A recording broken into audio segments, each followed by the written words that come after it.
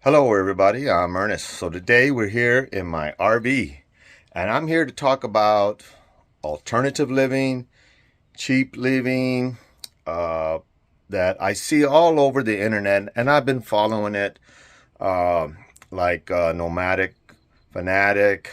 Um, what's the other one? Kevin. I forget what his name was. Campervan Kevin. All those type of guys, and that they're living, off grid or living traveling in their RV. Well, not anymore. Most of them now are getting land in Arizona, it looks like, and just staying in one place.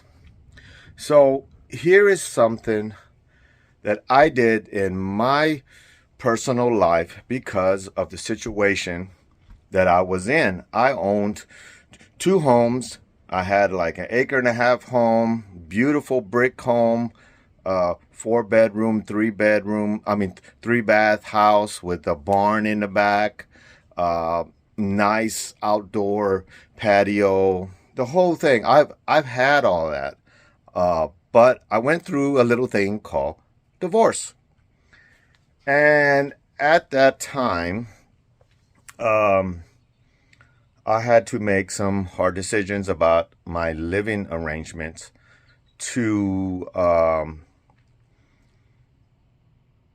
and I wasn't sure of what I wanted to do. I now had to pay child support, so I had to pay for that household basically, or partially be helpful. And I wanted my kids to have a house, and they have a beautiful house, and they still have a beautiful house. And and so I don't regret that at all. I'm not one of those guys that are mad about paying child support. It happened to me. Good, bad things happen to good people, and good things happen to bad people. This world's not fair. Never gonna be. I could get struck down by lightning as soon as I walk out of here. There's no guarantee in life. So, I don't feel sorry for myself or anything like that. So I had to face a reality of what I'm going to live at, and I started looking around, and the apartments. Let me sit down. The apartments in this area, I live in San Antonio, Texas, um, is about on the cheap end around 1,100 or so, up to about $1,500, and I'm thinking that's a one bedroom apartment. I haven't really looked lately, but you know, with that, you're living with a bunch of people right next door to you, and you hear noise. I used to live in apartments when I wasn't married, and I lived in apartments for many years, and it served its purpose and all that. But so I got the idea because my dad used to do jobs around the United States, and he bought an RV, and he would go live in these locations while he's working, um, and live in the RV, and did for many years. I mean, probably close to 10 years he did that, and he had a Winnebago Indian. I think it was like a 1974 model. This is a long time ago, and and he lived in that thing forever, and he lived in trailer parks and RV um, facilities. This one where I live at is pretty decent. Um, Together with you, so I have to pay utilities. I well, a utility I use electric. I have propane tanks on this RV. This is a fifth wheel, by the way, and I'll get around to showing you, around the RV and you can see what I got. But I don't hardly use the gas, power, and the rent comes up to about $700 a month. It's gone up since I've been living here. I was paying, like, when I first moved here, I was paying close to 600. So 7 years later, I'm about $100 more a month.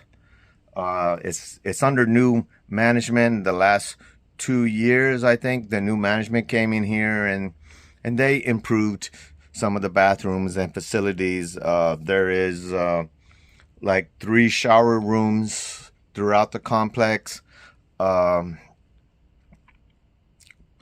they're kept up clean. There's a swimming pool. There's a clubhouse. I get my mail here, UPS, all that stuff. I get it here, just like you do at your house. So I bought this RV in 2017, and I decided that I was going to get an RV. And I bought this one. This is a 2007 toy hauler. And I looked on Facebook, and this is a toy hauler. And a toy hauler is to carry, like, your motorcycles, golf carts, big items like that. So you can load them up into your RV, travel somewhere, and then you can take your bike down or your golf cart or whatever you have. It's like a garage. It's like a small garage, and then you can go ride your motorcycle and all that kind of stuff like that. So this is a fifth wheel. It requires a truck to pull it. There's other ones that are motorized. Those are A class, C class, B class. Those are different ones that you drive. And I had one of those when I was married. I had a C class, and we used it for little weekend trips and stuff like that. But I sold that one too because we weren't using it enough. And but now I live full time in an RV, and it's not because I can't afford anything else. I make 6 figures a year, so I'm not rich, but I do all right. I do all right for who I am, and I have no debt. I don't owe anybody on anything. If you watch my videos, you'll see my motorcycles. You'll see my F-250 that I had. I sold that one, by the way, and I'm in the market of looking at one right this. I almost bought one in Oklahoma, and then they sold it under me. So anyway, that's where this story begins with me and how I wound up in an RV. All right, so this particular RV, like I said, it's an older one, 2007. Let's do a little improv tour. This is the bedroom, and I got a queen size bed. It's a standard house mattress. Is very comfortable. Got me a little TV. Got a shower. I'm not exactly an interior decorator, so it's not a toilet. Got our own little room for the toilet. There's the sink in here. Let's go over here, and then you got the living room. So you have a little downstep here. You got cabinet space there, sink, coffee maker. You know, I got TV, all my pictures up there, refrigerator. Everything works, no problem. I just don't use it. Look, I don't spend a lot of time here that I don't even keep the refrigerator on. The refrigerator hasn't been on in months. I don't eat here. I just sleep here. I get here in the afternoon. I leave in the morning. I leave in the morning in the dark, and I come back almost when it's dark, around 7 p.m. At night. I work 9 hours or 10 hours a day, and then I go to the gym. That takes about an hour, and by the time I get back, take a shower, I'm on I'm on that rat wheel. Let me turn the AC off because it'll make too much noise. Now back here is the garage, I call it, or the extra bedroom. It depends on how you want to use it. And this is my messy room. This is my KTM Super Adventure, as you probably have seen some of my videos if you watch my channels. And there's a bunch of mess. I just throw stuff in here. The guy that had it before me, he took the bed out. There was a fold-up bed that was there. He took the bed out. He put a curtain rod. It was just basically set up for him. This is how I got it. This is the door that goes down. So this is my room. On my motorcycle jackets. I got my cowboy hats laying out there. And it's quaint and very comfortable. And it does feel like home to me. And it's been a great little money saver for me. So this right here is the laundry room. There's a playground out here for little kids. Right now, I don't know where the light switch is at right now. I have load going. I believe it's $3, I think, for a wash, and it's big, and it's always pretty clean in here. And we have the dryers. They're also $3. I never have to wait for a dryer or a washing machine. This is a pretty nice park. There's vending machines out here. Oh, let me take you to the men's room and then to the pool. So there is 3 of these bathroom facilities throughout the park. And pretty nice, always kept clean. I rarely use it, only when I'm doing the laundry here. And this out here is the pool. You can see the little sweeper cleaning the pool at the bottom. Yeah, it's a nice complex that I have here. I've been living here like, oh man, it's been a while. I can't remember the date per se. I've been trying to remember, but it must have been around 2017 when I moved here.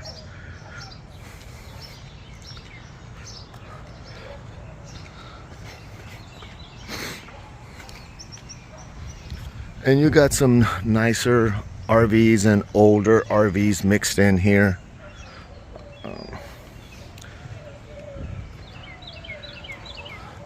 Golf carts are allowed here. Very well maintained park.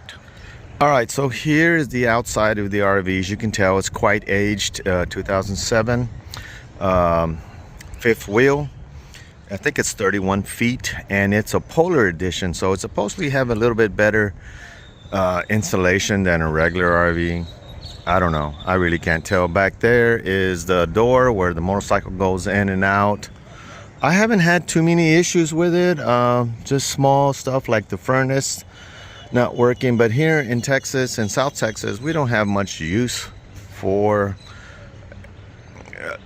the furnace. I just use a regular plug-in space heater, and it heats up the whole RV pretty darn well. And if it gets really cold, like let's say in the 30s or so, well, that's cold for us. I'll just close off the bedroom and use the space heater in the bedroom, and I'll just stay in the bedroom because I can heat that and stay very comfortable there. There's nothing to be, like I said, I think I paid $10,000 back in 2007. It has one slide out. I was thinking about painting it and keeping it, or just go ahead and get something new. Now you can see around the RV park, there's some nice fifth wheels here. This is not poor people living here. I see all kinds of types of people living here, from what I think very wealthy people with these $500,000 RVs, and they're talking about their home back home where they have a barn to park the $500,000 RV. Those are not poor people, and so it attracts all kinds here. There is some people that are just barely making it, but at $700 a month to park, it doesn't, there's not a lot of excuses that I can think of that why a person would can't afford that versus a mortgage. I don't know what the typical mortgage is, but they're around $2,000 or so a month, and you have taxes you have to pay for wherever you're living. You got to cut the grass, you got to do all that. Here I don't have any of those issues here. So I see all these people like living in the desert in a van because they want to escape. They don't have enough money or something, and and there's some issues there other than just the money. There's something, either they're medically can't work anymore, or physically, or just don't want to. Just don't want to, and we all make our decisions, and we have to accept whatever life that our decisions make. And my thing is, this is something I can do. I don't have any debt. I don't worry about money. I don't think about money. It's not a concern to me because I can easily pay this my rent here. I do have land. I could probably, if I wanted to at one time, maybe go live on that land but I don't see me doing that. I don't see, why would I want to avoid all that just to go live on a piece of land out in the middle of nowhere, because that's where my land's at. But just to avoid paying $700 a month.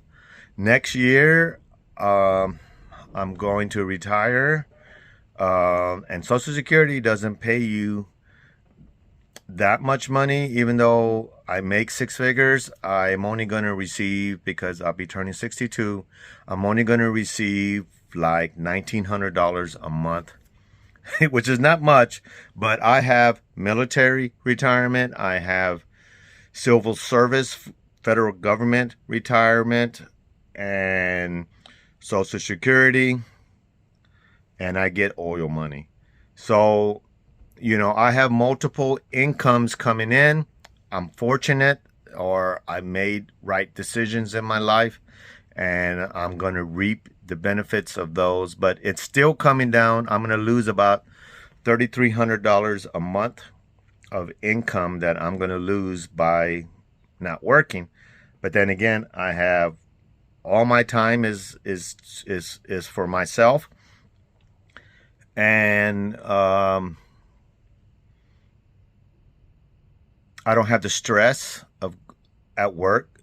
My job can be very stressful. I work in finance, and so I'll give all that away for $3,300. But remember, if I keep working, I'm only working for $3,300 now.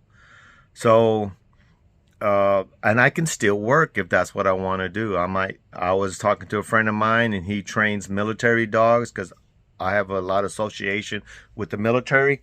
And I can go do that for $22 an hour, just to make some little bit of money, or if I get bored, or whatnot. Because I do, I might want to travel. I might want to spend more time with my kids. I I really don't know yet what I'm going to be doing. So, uh, and like I can go. I was thinking in buying a new RV or a newer RV, and it's like right now I'm in the market for an F-250, and then just hitch up. And next year in July, when I become of age, I'll have the freedom at a fairly young age, and I feel good. I work out. I take care of myself. Your health is your most wealth, because without your body, your mind, you if you once you lose that, you really don't have a lot of choices left as far as generating income and taking care of yourself. And I'm hoping to do all that in my later years. I don't know what else to say. I'm trying to think of more stuff. I'm I shoot my videos. I don't think I'm out too long. I just point and shoot. If you see, the quality of my videos are not high, or um, very much editing going on and whatnot. Um, I don't get paid very much by YouTube. Oh, that's another source of income that I have here. But, you know, I only make maybe $30 to $40 a month on YouTube as it stands right now. And maybe that's another thing. Maybe I can really concentrate on my YouTube channel, generate at least $500 a month, just something. But that requires a lot of work. I know a lot of people, they talk about how, you know, trying to make it on YouTube and all that. And man, I more power to them, because it's not this wonderland that you may be thinking, that you just make some videos and they pay you money. It's you get a small percentages of what Google makes on their advertisement. So thanks for watching, and I'll see you next time.